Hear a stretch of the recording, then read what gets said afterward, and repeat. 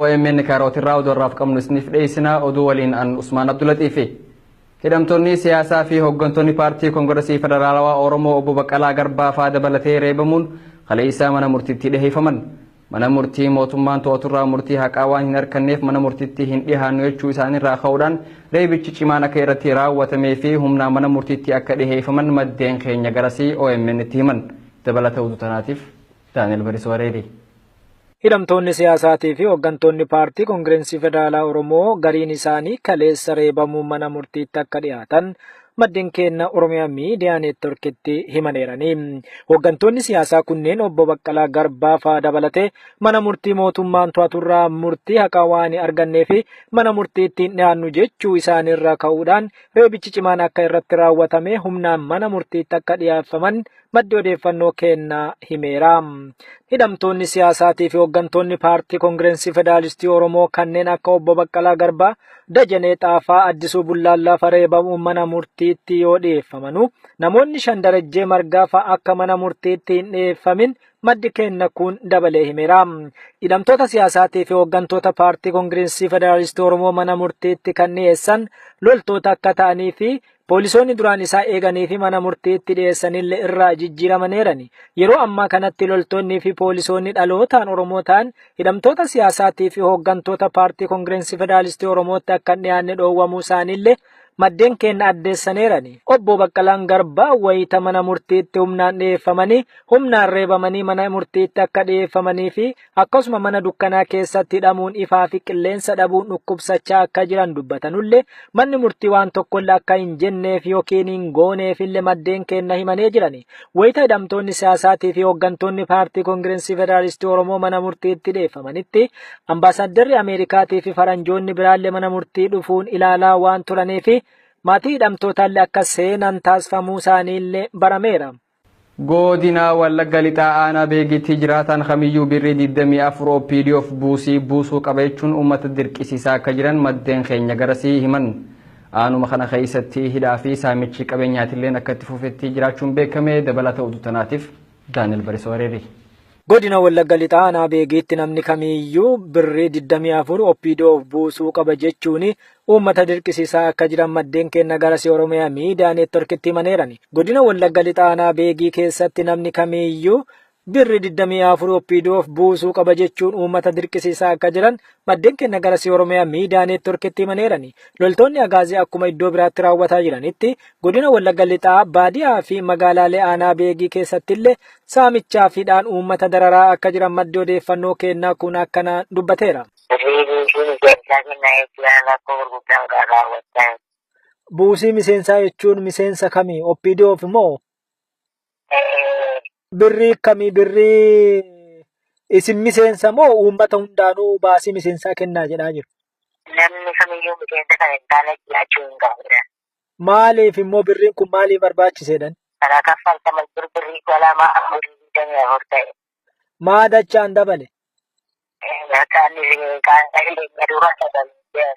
Gama biraatiin hoo hidhaan saamichi qabeenyaa dubartoota durba gudeedaa jira. Loltoonni agaazii kan Oromiyaa keessa bobbaa jiru iddoo garaagaraatti akka Wallagga Lixaa aanaa beegiitti maal fakkaata kun?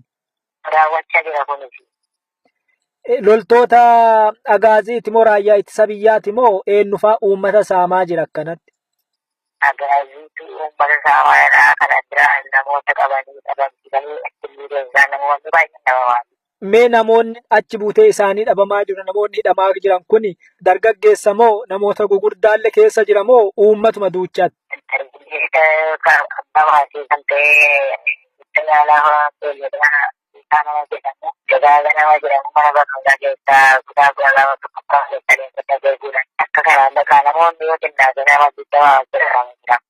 Mee loltoonni agaazii kun magaala keessa deemanii uummata dararaa jiran moo magaala beegii keessa uummata dararaa jiran moo gara baadiyaallee deemanii baadiyaa keessatti uummata hidhaa saamaa jiran? Baadiyaa keessa naannoo daandii makinaa jirutti yeroo yerootti makinaa socho'u. Bulchitoonni naannoo sanii hoo bulchitoonni qaamoleen mootummaa hooggansarra jiran kan hawaasa keessaa ba'anii uummata loogaa jiran moo uummata loltoota faana goranii uummata saamsisaa hiisisaa jiran? Yeroo ammaa aangoon keenya nuti kan waraanaa Hooggantoonni yookiin qaamoleen bulchiinsa naannoo uummata keessaa ba'anillee aangoon kan kennaa miti kan waraanaati jedhanii cina deebi'an moo waraana waliin socho'aa jiran? Isaan socho'anii gabaasanii namni rakkoon yaada uummataa beeku waan ta'eef yaada uummata naannoo ganda yaada qabu rifageessanii beeku waan ta'eef itti arganii namni. Qaamoleen bulchiinsa naannoo sanii aangoon kan loltootaati jedhanii cina deebi'an moo akkam? Akkasuma jedhanii Kanaafuu amma loltoota komaandi poostii yookiin loltoota gaazii fi raayyaa ittisa biyyaa kanatti nama akka fedhe godhaa, kan fedhe hidhaa, kan fedhe achi buutee dhabamsiisaa jira jechuudha. Mi'ate akka nama tokkootti ergaa maan dabarfatta, maan dhaamta uummata Oromoo guutuu fi akkasuma uummata godina Wallagga Lixaa aanaa keetiitiif? Akka kootti wanta ni dhaamu. Rakkoo kana ofirraa fonqolchuudhaaf haala barbaachisaa ta'een haala danda'ameen iddoo itti qabsoomnu wanta filannee kaanutu argannee inni kana jireenyaan dabarsa. Waan akka hidhannoo, waan akka qawweetii fi qabsoo hidhannootiin kaanee qabsa'uu qabna kana malee mootummaan kun hin jigu yaada jedhu qabda? Tole yaada naa kennitee guddaa galatoomiitii haala jiru hordofnee si gaafannaatii fayyaa ta'e horii buli. Godina Gujii aanaa Aagaa Waayyuu keessatti humnoonni komaandi poostii dargaggoota baqatanii bosona seenan nuuf dhiheessuu diddan jechuun bulchitoota naannoo sanii hidhaa akka jiran beekame. Dabalata oduu tanaatiif Daani'el Barisoo Areeri. Godina Gujii aanaa Aagaa Waayyuu keessatti humnoonni komaandi poostii qaamolee bulchiinsa naannoo sanii hidhaa akka jiran himameera. Dargaggoonni Oromoo naannoo sanii hidhaa irraa kan hafanillee baqatanii bosonatti waan galanii fi qaamoleen komaandi poostii akkamiin dargaggoota kana qabdanii nuu fiduu dadhabdan jechuun qaamolee bulchiinsa naannoo saniillee hidhaa akka jiran namni garasii bosona keessa yaada nuuf kenne kun akkanaan dubbateera. Oduun kun mana miidhagaa obbaa. Laatiin bakka bulchaa wanta keessattaan dhaggoo abbaa shoree jedhamu jiraani. Maali dhaggoo abbaa shoree kun? Bulchaa bulchiinsa dandoo eeggattaati. Maal balleessi jedhanii hidhanre? Uummata dhangalchaa baay'ee hiriira nagaa baay'ee karaa cufe kanaafuu uummata kana waliin jettanii uummata kanaaf namoota barbaadaman jedhanii namoota barbaadaman san dur ganda kana dur gochaa ture obbo Waaqoo Waajjii ta'edhamu gandaan waggaa digdamii tokko bulchee amma immoo aangoo irraa eega buusanii gaafa dhiirri jijjiiramaa jira qaama uummata kana gaggeessu isaanii isaan fa'aa akka Abdulqaadir Burquuraa namoota akkana kana dhiyeessuu dandeessaa yoo namoota kana dhiyeessuu kan jedhanii dhagguudha. Amma gandi Burii Ejersaa kun godina Gujii ba'aa aanaa Aagaa Waayyuuti. Mee amma haalli walakkaa san jiru maal fakkaata walumaa galatti egaa qaamolee bulchiinsaatu guuranee hidhaa jiran jedhaniiti. Uummata hoo guuranee hidhanee hobbaafatanii gara qaamolee bulchiinsaatti garagalan moo maal fakkaata?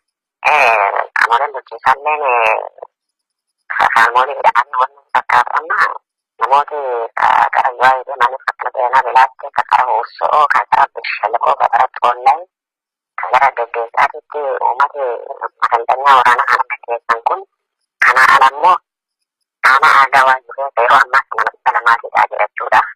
Namni dhibba lamaa kan midhaa jiru kun yoo ol deemee baay'ee mootummaa waan hin dandeenyeef kana asumatti yaada isaanii ilaalama kan qayyidhaa midhaamee jedhanii namoonni kunin maqaa komaandi poostii haa jedhamuuti malee maqaa komaandi poostii marfaasaa jedhee namoota dur wal dhabbii qaban kan lafarra wal dhaban kan hiriirra wal dhaban kan durraawwata kan irra wal dhaban kan ijjata waan tokko tokkorra wal dhaban xumuudhaan ta'anii maqaa komaandi poostii kanaaf uummata guuranii hidhii jiran kanaafu uummanni ammaa socho'uu hin dandeenye hubatuu hin danda'amu botiin qabeenya socho'uu hin dandeenye dabarsiin duuba ta'ee gargaaraa jedhanii namoota duutuu rakkisaa jiranii ammallee oolannanii kan jedhanii namoonni baay'ee hidhamaa jira. Intalli tokko ammoo Hatukka jedhamti. Intalli kun womaan qabdu biyyeettiidha. Heerumtee turte haga heerumtee abbaa mahalla wal dhiisanii turanii amma maal godhani namoota kana deeggartanii isin warra amma dhaaba koongireesiidha ture isaan deeggartanii namni gocha kana raawwate isaan jedhanii isin dhabdeedha. Dhaalaa duudii guuranii jiran. Kana qofaa maal godhani abbootii manaa kan barbaadan san isaan waan dhabanii haadha mana isaanii duudii guuranii amma hidhuu jiran aanaa malkaa soodda aanaa godina Gujiidha aanaa malkaa soodda ganda dhaadhaa kana keessatti mootu baay'ee hidhaa jiran dubartiin duudii ijoolleen barattuun nama duudii hidhaa jira jechuudha. Halluu maaliidhaan kana Daldoma jedhan ana maqaa sooddachuudha godina gujii eegaa ana maqaa sooddagan daldoma jedha waa'ee uffata albuu tokkotti wal qabatee fi uummanni naannoo sanii hundi dargagee baddan bakkatee jira jaartiin baddan baqattee jirti bichaa gandaa dhufanii gaafatanii lafa kana maanta gurannaan nama gubeen deemnu uummata dhufee gubee naannoo dhibii dhufanii gubanii waan deemnu kan jedhe wantaan gandaa sirraa deemtinya kan ganda burii eeggachaa dhaqanii gaafatanii nama naannoo keessa dhaqee gubee waan ganda dhibiidhaan gaafatina an keessan jiru inni isaan fuudhanii dandanii dubartooti namoota warri isaanii irraa baqatan kan duudii dubartiin sun duudanii guuranii hidhuun jiran salaan duudii hidhamu jira waan akkanaati jira wanni jira maatiin bakka ammaatti bakka ornaa keessa tasgabbiin hin jirtu godina gujii leentana keessanii amma maqaa komaandi poostii kanaanii qarqaratanii uummata keenya saamamicha jira hidhamuun jiranii darramuun jiranii qabeenya isaarraa guuratu jiranii kolbaan jireenya hin qabdu nuuyyu akka nama tokkotti bosona keenyaa baqannee nama nu gargaaruu hin qabnu akkasuma beelaan namatti jira achi beelaan jechuufi jefamuu dandeenya kanaafuu amma OMN yaada kennan yaadii wal qunnamtii qabdanii kanaafuu waan akkanaati jira wanni akkoo jiruu hin jirtu. Gama biraatiin warroonni hidhamanii fakkeenyaaf gara Bulee Horaati namoonni gara 2,000 hidhamanii turanii gariin isaanii iddoo geeffaman hin beekanuu gara buufata waraanaa fageeffaman jedhaniiti. Oduu warra sanii waan quba qabda. Oduu warra kanaa ammaan godhanii namoonni aanaa warra kanarraa hidhamanii alaalee gibirna bollee jiraadhaan kanatti naannoo kanaatti gurguranii Zuwaay Adaamii Tubbuu Cittoo Kombolchaa kan jedhamtu lafa Daagatii jedhamtu kiraftii Irbaata kan jedhu tokko jira. Durii leenjii waraanaa tokko naannoon kun bara yeroo dheeraan dura ammatti guuranii jiran kan biraa adda addaa guuranii jiran namoonni kun gara bakka baay'eetti to'amanii jiran. Waan maan godhan amma yeroo ammaa kana mootummaan sodaatee jira waa sodaatee jiruu fi namni waraana isaa deemuu hin jirre kun fudhatee jira waa irraa jiruu fi amma dargaggoo banii guuranii naannoo Oromiyaa qaban gara naannoo Bishaalaquu gara naannoo Jaddeessaa Gujii fi Kibba kanarraa qaban gara Huursootti geessanii haa'olii qabaman kan Hararii fi Shawaa keessa namoota qabaman kan Amaaraa eessa fidan seenaa bilaatti fidan as gara Hawaasaa kan fidan jechuudha. Kan gara Hawaasa Arbaa geessanii akkana jira fayyadamuun jiranii namoonni kunniin dalagni fedhan jiran seenaa bilaatti kan geessan jiranii kanaaf kaan bisanii kaan fituu jiranii kanuma kennan jaa'ina bakka deebii kan ta'an illee gara Bishaalaquu kan fayyadamaa jiran eenyuuf akka turan yoo beekamaa ta'an. Nama Bishaalaquu santi dhume akka dhageettanitti eessa geessan reeffa isaanii maatii galchanii more eessa keeyyan jechuu dhageettan. Wanni beekamu waan lafa jedhamu lafti sun bakka kana faakaatti lafa dhuhaa qabdii lafa kana qubsan jedhanii dozoriidhaan guranii awwaalan baay'eedha hunda odeeffannaa ijoolleen jira. Gama biraatiin hoo gudeeddaan saamichi loltoonni agaazii kun eegaa qabeenya saamaa jiru gudeeddaa dubartoota durba fasaamaa akkasuma gudeedaa jiru. Gudeeddaaf saamichi kun akkamii akka godina Gujii Bahaatiif lixaalletti? Kun amma keessatti wanni fuduun maali dargaggoon hin jiru. Dargaggoon bosona bahee jira. Dargaggoon bosona bahee kana haati manaa hin jirti. Abbaan manaa waan jiru irraa dhiftee jiru. Haadha manaa qabaa. Aga abbaan manaa dhufeedhanii isheen lafa nama hidhaa geessanii halkan isii gudeedanii difanii akkaatiin jirutti hin jirtu. Kanaafuu qorattisaadha bakka kanaafuu wanti godhamnatu uummata godina Gujii Bahaati godina Gujii Lixaa kana keessatti gochi raawwatamaa jiru. Isatti waa'ee albuuda godhee jalqabate kanaanii uummanni keenya waan bosona bahee jiru irraa baqatee dubartiin hundinuu qabamanii haga amma dararamanii gudeedamuu jiran saamamuu jiran mana isaanii sakatta'amuu jira. Wanni sakatta'aman waan mana kan keessaa sakatta'anii muurahu dhalaa mana murtii ala dhufanii waan guuranuuf abichi manaan seenuu isheen hin jirtu. Isaanii kanaafuu wanni guurattuu jiranii dubartiin gudeedamuu jirtu kun jiru.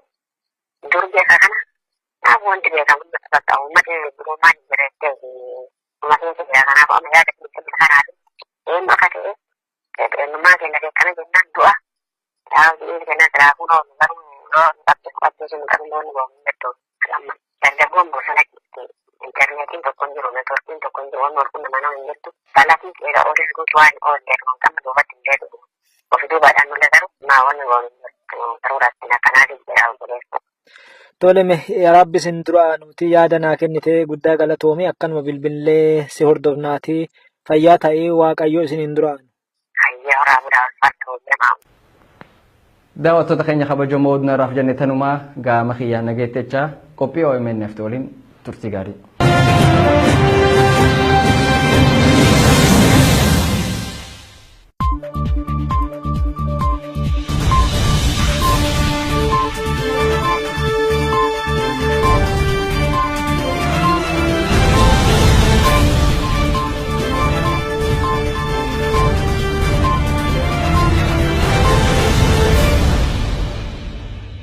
moo maal fakkaata? Qaamoleen bulchiinsaalleen qaamolee hidhaan wanni fakkaatu amma namooti gara yoo deemanii fakkana seenaa bilaatti karaa hursoo kan karaa bishaaloo karaa xoollee kan gara geggeessaatitti uummati masaldanyaa waraana kana gaggeessan kun kana alammoo nama aadaa waan jiruuf yeroo ammaa kana dhibba lamaatiidhaa jirachuudha. Namni dhibba lamaa kan midhaa jiru kun yoo deemee baay'ee mootummaa waan hin dandeenyeef kana asumatti yaada isaanii ilaalama kan qayyadamee jedhanii namoonni kunin maqaa kumaandi poostii haa jedhamuuti malee maqaa kumaandi poostii marfaasaa jedhu namoota jiru wal dhabbii qaban kan lafarra wal dhaban kan hiriirra wal dhaban kan durraawwata kan irra wal dhaban kan ijjata waan tokko tokkorra wal dhaban dhumuudhaan ta'anii maqaa kumaandi poostii kana uummata guuranii hidhiidhaan kanaafu uummanni amma socho'uu hin dandeenye hubatuu hin danda'amu botiin qabeenya socho'uu hin dandeenye dabarsiin duuba ta'ee gargaaraa jedhanii namoota duutii rakkisaa jiranii ammallee oolannanii kan jedhanii namoonni baay'ee hidhamaa jira. Intalli tokko ammoo Hatukka jedhamti. Intalli kun womaan qabdu biyyeettiidha heerumtee turte haala heerumtee abbaa manaa wal dhiisanii turanii amma maal godhani namoota kana deeggartanii isin warra amma dhaaba koongireesii irra ture isaan deeggartanii namni gocha kana raawwate isaan jedhamisiin dhabdeedhaa dhaalaa duutii guuranii jiran. Kana qofaa maal godhani abbootii manaa kaa barbaadan san isaan waan dhabanii haadha mana isaanii duutii guuranii amma hidhuu jiran aanaa malkaa soodda aanaa godina gujiirudha aanaa malkaa soodda ganda dhaadhaa kana keessatti moota baay'ee hidhaa jiranii dubartiin duutii ijoolleen barattuun nama duutii hidhaa jira jechuudha. Halluu maaliidhaan kana ganda halluu maaliidhaan aanaa malkaa soodda jechuudha godina gujiirudha aanaa malkaa soodda ganda halluu maaliidha waa'ee ukkotee albuuta ukkotee wal qabatee fi uummanni naannoo sanii hundi dargagee baddan bakkatee jira jaartiin baddan baqattee jirti bichaa gandaa dhufanii gaafatanii lafa kana maanta durannaan nama gubeen deemnu uummata dhufee gubee naannoo dhibee dhufanii gubanii waan deemnu kan jedhe wantaan gandaa sirra deemtinya kan ganda burii eeggachaa dhaqanii gaafatanii nama naannoo uummata dhaqee gubee waan ganda dhibiidhaan gaafatina an keessan jiru inni italli fuudhanii dhandanii dubartootiin namoota warri isaanii irraa baqatan kan duutii dubartiin sun duudanii guuranii hidhuun jiran kalaan duutii hidhamu jira waan akkanaati jira wanni jira maatiin bakka Oromiyaa keessa tasgabbii. Opiidoof buusuu qaba jechuun uummata dirqisiisaa akka jiran maddeen keenya gara Oromiyaa miidiyaa neetworkiitti himaneerani. Loltoonni agaazii akkuma iddoo biraatti raawwataa jiranitti godina Wallagga Lixaa baadiyaa fi magaalaalee aanaa beegii keessatti illee saamichaa fi hidhaan uummata dararaa akka jiran maddi odeeffannoo kennaa kun akkana dubbateera. Buusii miseensaa jechuun miseensa kamii? Opiidoof moo? Birrii kamii? Birrii isin miseensa moo uummata hundaanuu baasii miseensaa kennaa jedhaa jiru? Namni kamiyyuu miseensa kana hin taane jiraachuu hin qabudha. Maaliif immoo birriin kun maaliif barbaachiseedhan? Kana kaffaltama birrii kolamaa amurii damee ta'e. Maa dachaan dabale? Gama biraatiin hoo hidhaan saamichi qabeenyaa dubartoota durba gudeedaa jira. Loltoonni agaazii kan Oromiyaa keessa bobbaa jiru iddoo garaagaraatti akka Wallagga Lixaa aanaa beegiitti maal fakkaata kun? Raawwachaa jira kunis. Loltoota agaaziiti moo raayyaa ittisa biyyaati moo eenyufaa uummata saamaa jira akkanatti? Agaaziitu uummata saamaa irraa kana jira namoota qabanii dhabamsiisanii achi miidhagsaa namoonni baay'een dhabamaa. Mee namoonni achi buutee isaanii dhabamaa jiru namoonni hidhamaa jiran kun dargaggeessa moo namoota gugurdaalle keessa jira moo uummatuma duuchaatti?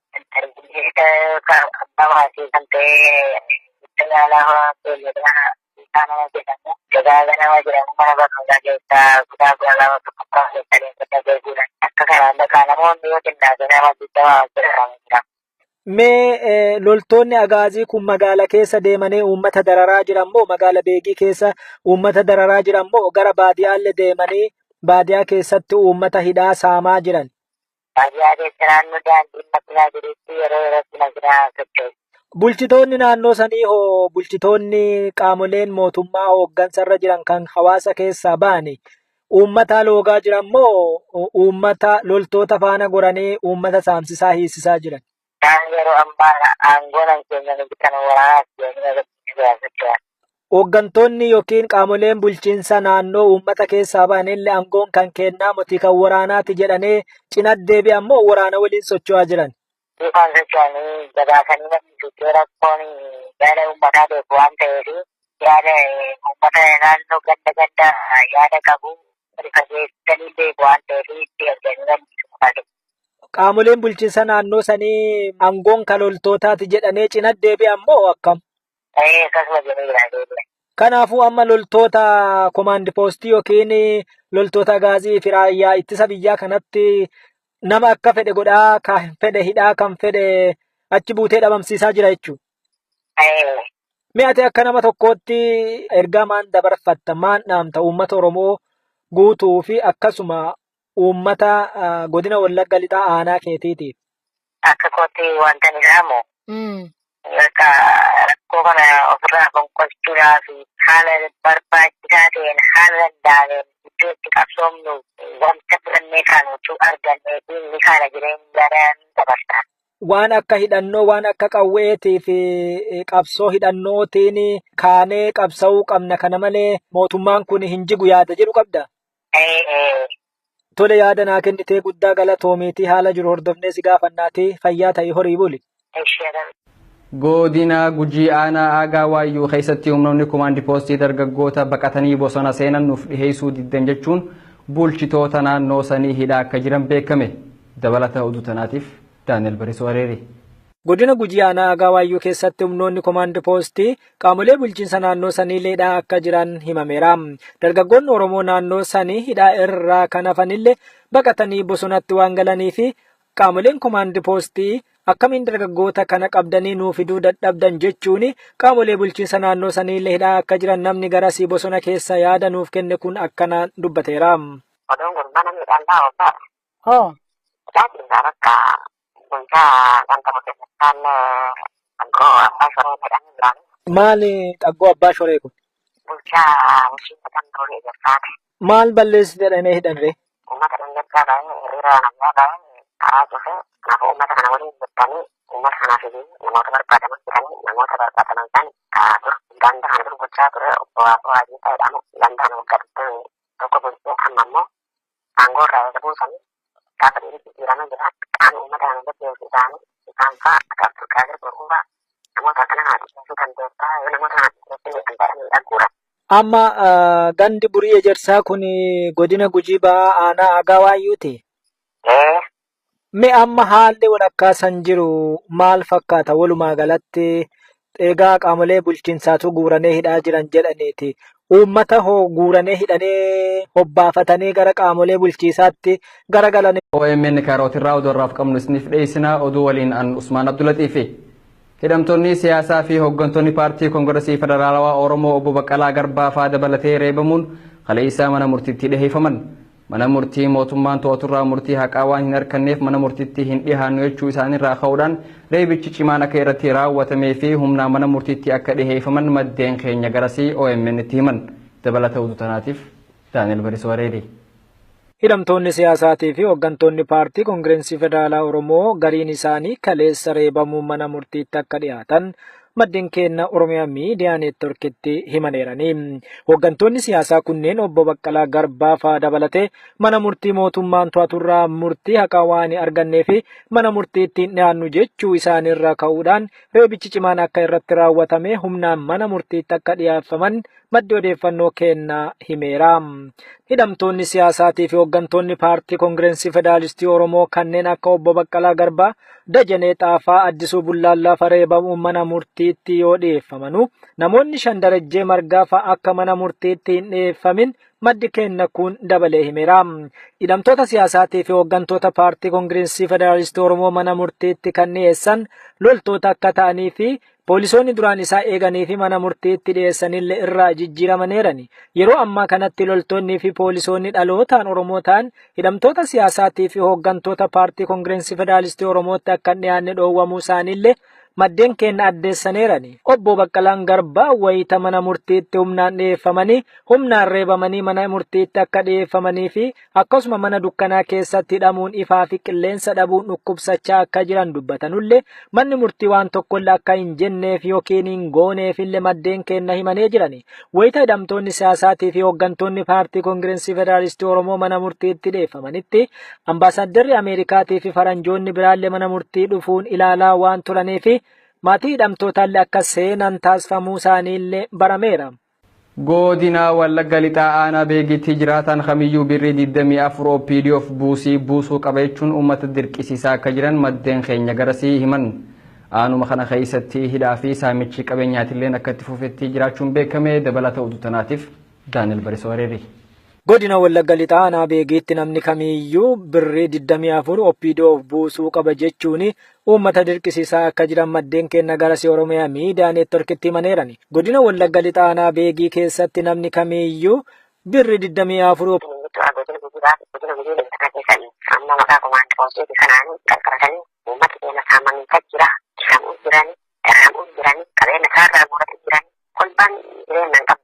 Nunggu akan waktu kau itu bosan aja, nah bahkannya nama nomor baru dan kamu tak semua belan masih je. Aku belan sampai itu dia kamu dan Dena. Aku ama, emang ni dia ada kan? Dua hari walaupun 6 dekat kan? Kenapa anak-anak di jalan aku juru ini? Gama biraatiin warroonni hidhamanii fakkeenyaaf gara bulee horaati namoonni gara 2,000 hidhamanii turanii gariin isaanii iddoo geeffaman hin beekanuu gara buufata waraanaa fageeffaman jedhaniiti. Oduu warra sanii waan quba qabda. Oduu warra kana ammaan godhanii namoonni warra kana fayyadamanii alaabaa gibirna qonnaa jedhamu kanatti naannoo kanatti gurguranii Zuwaay Adaamii Tubbuu Cittoo Kombolchaa kan jedhamtu lafa Daagatii jedhamtu keessatti irbaata kan jedhu tokko jira. Durii leenjii waraanaa tokko naannoon kun bara yeroo dheeraan dura ammatti guuranii jiran kan biraa adda addaa guuranii jiran namoonni kun gara bakka baay'eetti qabamanii jiran.